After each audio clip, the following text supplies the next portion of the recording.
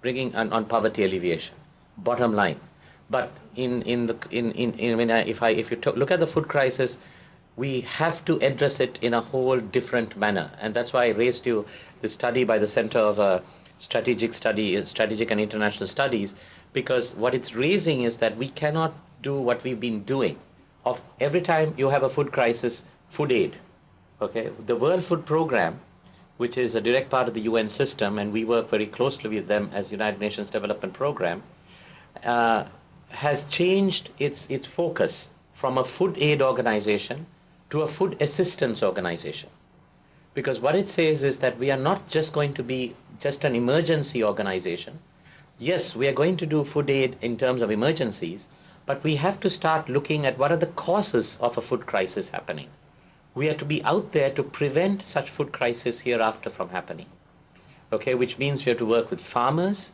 We have to look at developing countries, how they're attacking food policies in their countries. Okay, so now, in a sense, the whole way that we've been addressing the whole issue of food as a matter which is so intrinsic to us and so essential to us has to be changed.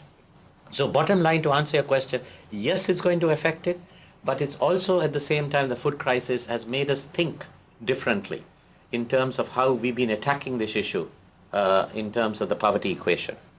On the other question, in terms of why, I would sort of piggyback on what Ambassador Kamal just said. I want to be careful. We've all been following in terms of the presidential elections and the recent economic crisis in the global arena. Even very renowned economists have basically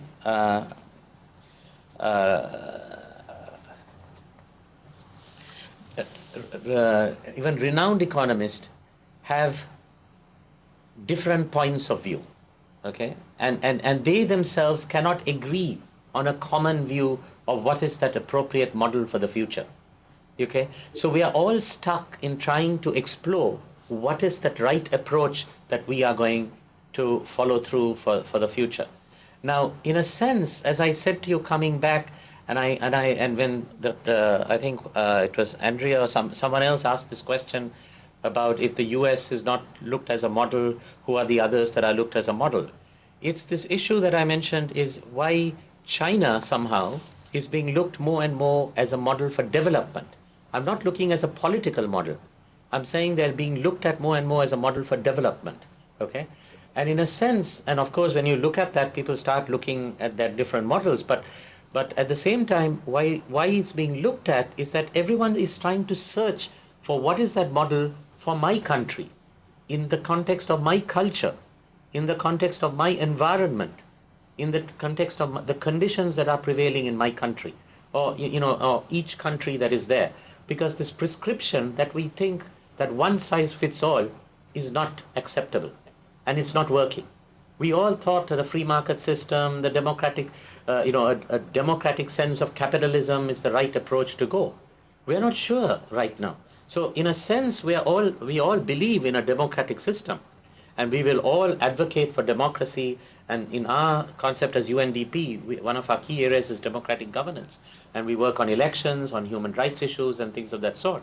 But at the same time, we are focusing on the development angle, and we're focusing on models that how can we help, looking at countries in terms of their own environments, their own culture, their own conditions, and the status of where they are in this development cycle, okay, and to see what type of prescription is right for them, okay. And in a sense, as the entire world now is going to start challenging itself of what is that appropriate business or economic model that we will have to come back to, right now it's a gut reaction that we're all going in because of heavy deregulation. We're saying regulation, regulation. At the end of the day, personally, I feel there's going to be a balance that has to come through in this, because there were great things that happen in a free market system with deregulation, but then there has to be a balance somewhere. But then we have to see whether we're going to face future problems with that model too. So in a sense, each country, there will be sort of global models that would come out at a macro level, and then from that macro level model, each country, depending on its own conditions, on its own situations, will have to take that model and work with it. So in a sense, it's not one size fits all. It's something that we have to work, because fundamentally what we take for granted is that some countries are just focusing on the basic necessities of life, of food, clothing, shelter, education. They need to get those right. While other countries are more advanced, they don't need to address those, they need to address other things. So depending on that stage of development, each country will have to fit the different model. Hopefully, we will hopefully within the next, I hope it's short term and not long term, that we'll have some sort of global model that will evolve at a macro level that we could use as a prescription, that could be followed in terms of principles. Over to Lockhaven for two questions from that end. My name's Caitlin, and I'm a political science major. Under the three approaches, you mentioned the Millennium Development Goals. Could you address the Millennium Villages that are part of this and how they will be able to continue developing after the funding and programs are over? Second question. Hi, my name's Jessica. I'm a senior in international business and finance and economics major.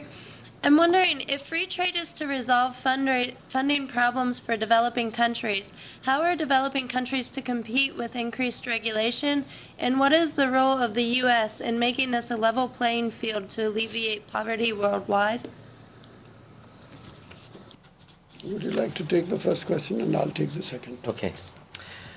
From Caitlin, in terms of the Millennium Villages and the MDGs, Millennium Villages is one approach that has been followed.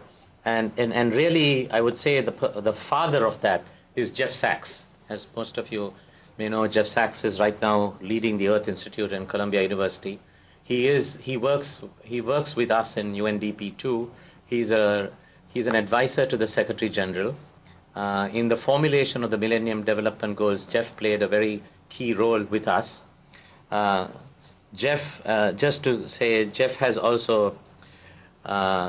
is very straightforward when it comes to development angles, and sometimes within the US gets a lot of backlash too, because he has no holds barred in terms of how he expresses himself. But now the Millennium Villages concept is really taking development to the village level and really working at the village level. And it's really, I don't know if most of you have ever read a book called Small is Beautiful by E.F. Schumacher. And it's an old book. It's I think it's about 30 years old, or even older than that book. And where it talks about, in E.F. Schumacher, in the Small is Beautiful, he talks about the sort of the Gandhian philosophy of cottage industries, where really development starts at the grassroots. And really you through small, medium-based enterprises or cottage industries, and at the village level you do it. Now, in a sense, we will still push for that. We will still work in the concept of the Millennium Villages.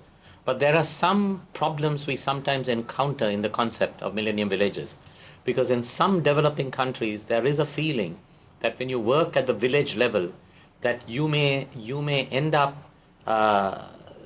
sort of stimulating or politicizing and sort of doing grassroots movement to bring in politics into the scheme of things. So there is in some countries, some governments are a little bit apprehensive that the Millennium Village approach, in terms of this type of approach.